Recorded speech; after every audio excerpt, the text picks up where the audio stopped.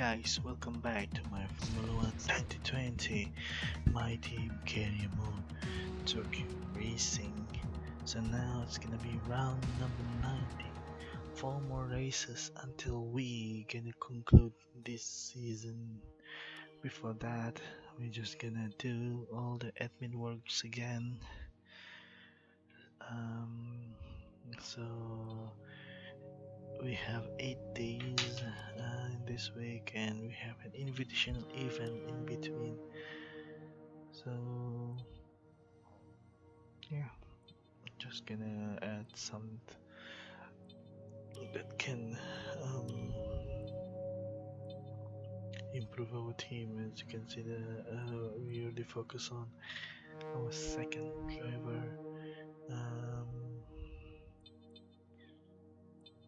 training for his improvement, and yeah, it's gonna be a hard one to choose on which one I'm gonna choose. So we're gonna go to the invitational event. We are racing against another 4 driver. So it was a handicap. We will start at the back, and we'll just have to wait to go first. So we already passed 2 cars, and here is the car number 2. We going easy on them. So now in lap 2 out of 3, we were putting pressure on Atiye, the car number 1, but the start finish line of the next lap managed to go, and this view for the first time in this career mode suddenly looks nice, and maybe one day once we have our very own steering wheel, we will use this setup. So we passed the invitational, we got acclaims and money into our team. So I hope that I did not spend the money because we will gonna spend it at the end of the season for our driver. Anyways, it's Circuit America COTA. We'll go for the qualifying session.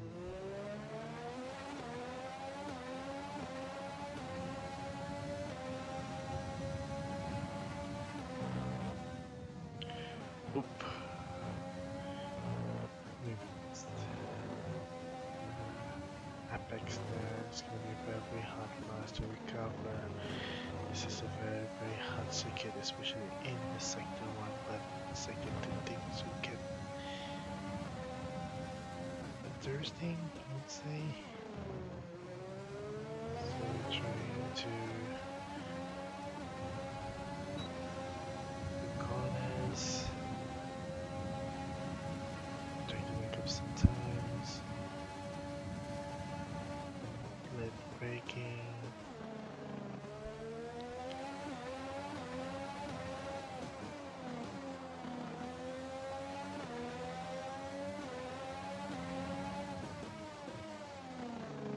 This is the trick that I learned from Tiamat Marduk.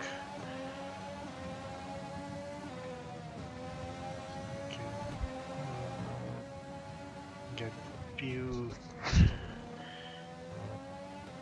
precious time seconds to our name as we now cross the line in P6.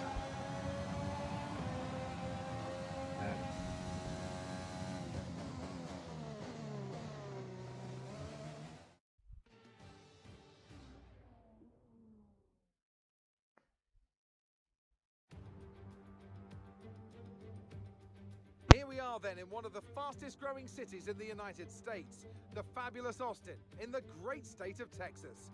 The circuit itself 14 miles southeast of the city centre and home to the US Grand Prix since 2012.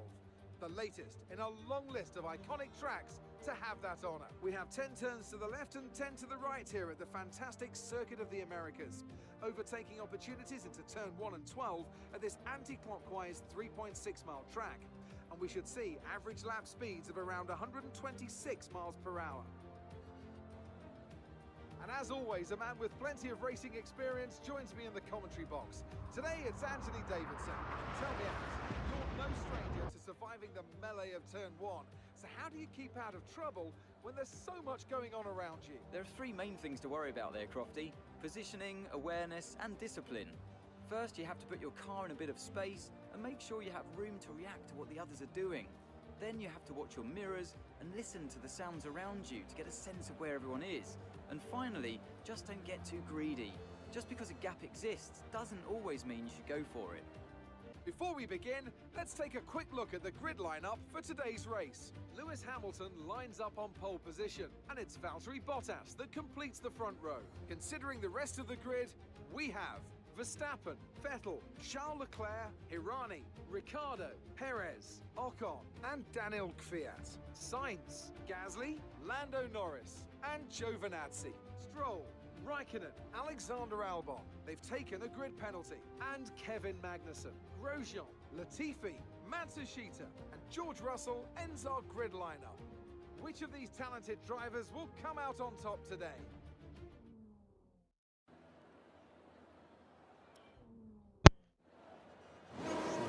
Who will come up on top today? But we're gonna start in P6. 5 red lights, and here we go. Outside of Vettel, try to block us, and inside of Bottas. Can we do it? Yes! A little bit of contact there, and Bottas lose some of the time as we replay the start. Such a very good start from us, and we managed to get a P1 in the first corner. Let's have a look at our teammate. Post out from him, and he was last, and he managed to get some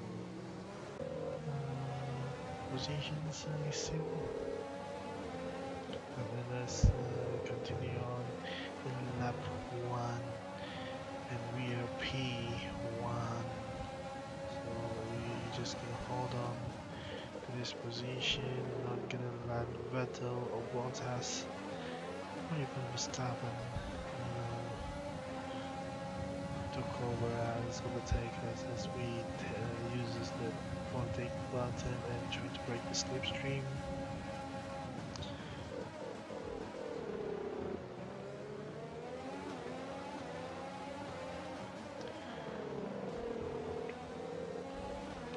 Although we were challenged there by Vettel, but we managed to hold it as we go wide. This getting Neville then took pressure us at this long right hander, and then to the first left hander as Vettel is now impatient as we engage ERS mode to break away from Vettel, but I'm not sure if that's good enough. So this is the replay from Verstappen view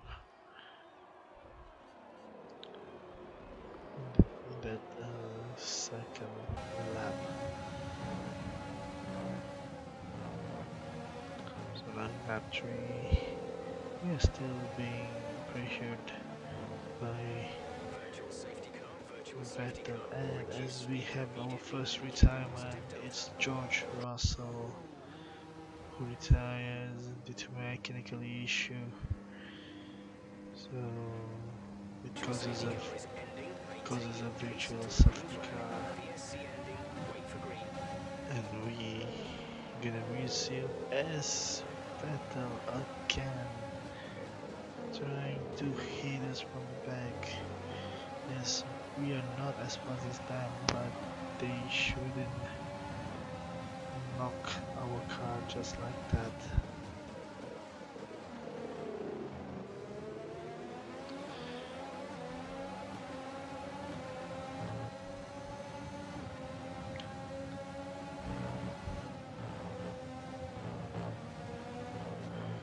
So lap 4.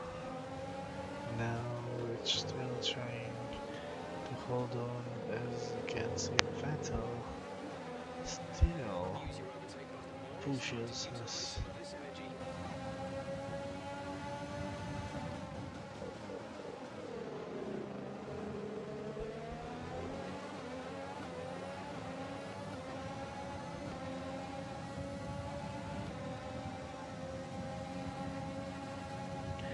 Again, now we're trying to break away, but they will eventually gonna catch us again.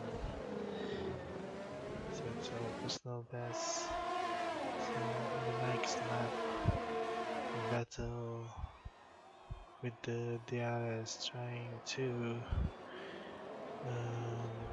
overtake us, but we hold on.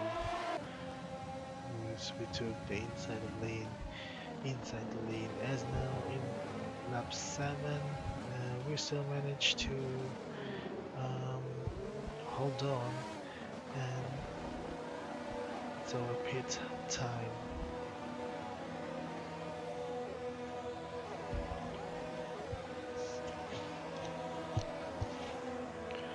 So can we hold on into this position as we look back? And yes, we managed to hold on to that position.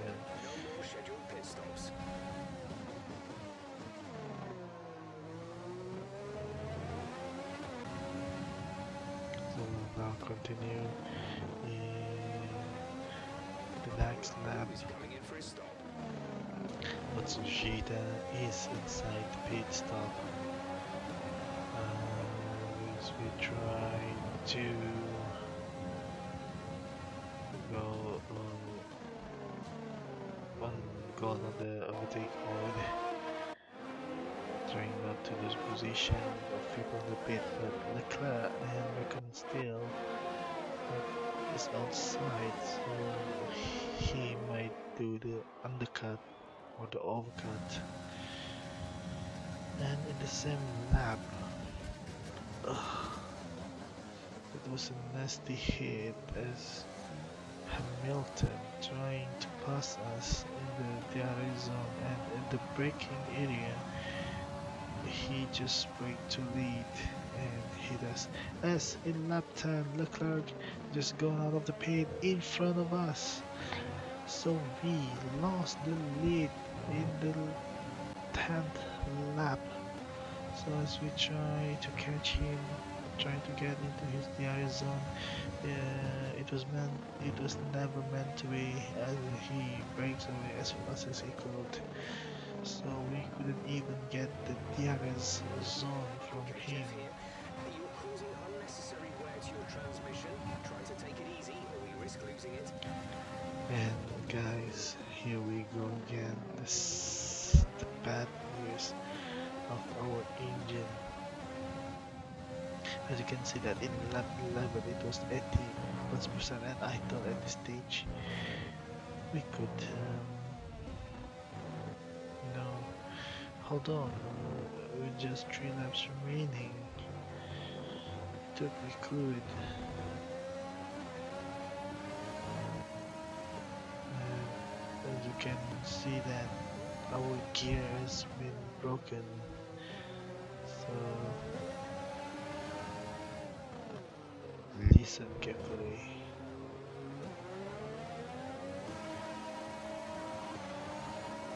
Okay, you're catching the car ahead, but remember we need to get to the end of the race on these tires. And Jeff told me we're catching the car ahead. You're gonna be fired, dude. And suddenly, in the next lap, it's 100% from 85. This is a bad news. years for us, and suddenly all the trouble seems so far away. We have to retire, and with the expense of London Norris. Well, suddenly the car spins and hit Lando Norris. That's it then for another magnificent United States Grand Prix, and they've hung on to take a sublime victory here today.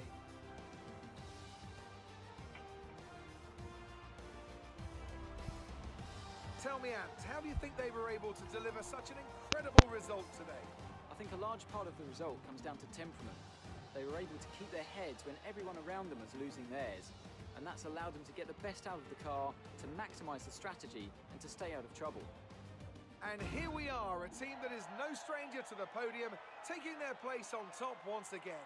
A sublime race today, and a stunning win for Ferrari. Ocon, the podium. It was us, but Ocon got it. Oh my god.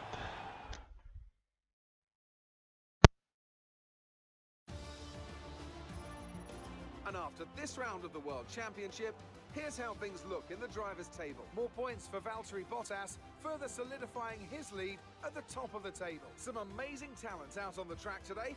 But Anthony, who would you pick as your driver of the day? The Constructors' Championship may be a foregone conclusion at the moment, but regardless, let's look at the standings. It's another clear win for Mercedes as they managed to secure the Constructors' title. An incredible performance for the whole team. Meanwhile, Renault move up the table with another strong performance this weekend. After an event like that, who knows what the sport has in store for us next time? Be sure to join us again as we continue to bring you the latest excitement in Formula One. Renault just jumped us and they got a very good points this week. It is a very disappointing race for us, as we thought we gonna get to win or even second, but it wasn't meant to be. So guys, thank you for watching. Before that, we were left far behind Carlos Sainz now, so there's no hope for us to win that battle. So guys, thank you very much for watching. It's the same old story again, and we hope we can fix this again next season. Anyways, thank you for watching, and bye bye.